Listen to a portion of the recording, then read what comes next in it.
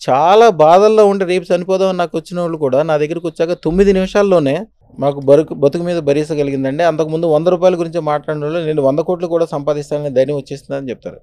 ఒక్కసారి ధైర్యం వచ్చిందా, ఒక్కసారి బీజు వేసిన తర్వాత భూమిలో మామిడికాయ టెంక బాదేదాకా మీరేం చేయరు. ఆ టెంకే దాని అంతటికే ఆకాశం అంతా వస్తుంది.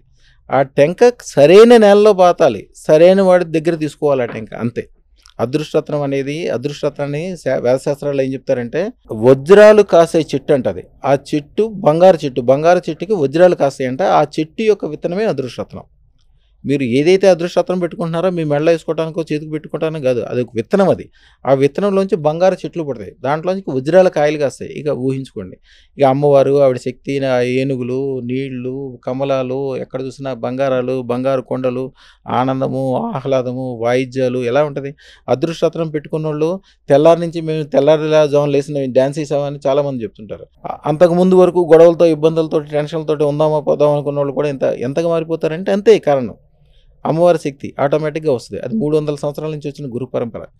మన చేతితో ముట్టుకుంటే మట్టి కూడా బంగారం అవ్వాలని వాళ్ళకి నమ్మకం తెలిసిపోతుంటుంది. శుభం భూయాత్ తల్లి. చాలా సంతోషం గురుగారు మిమ్మల్ని కలవడం. నమస్కారం. అమ్మమ్మ.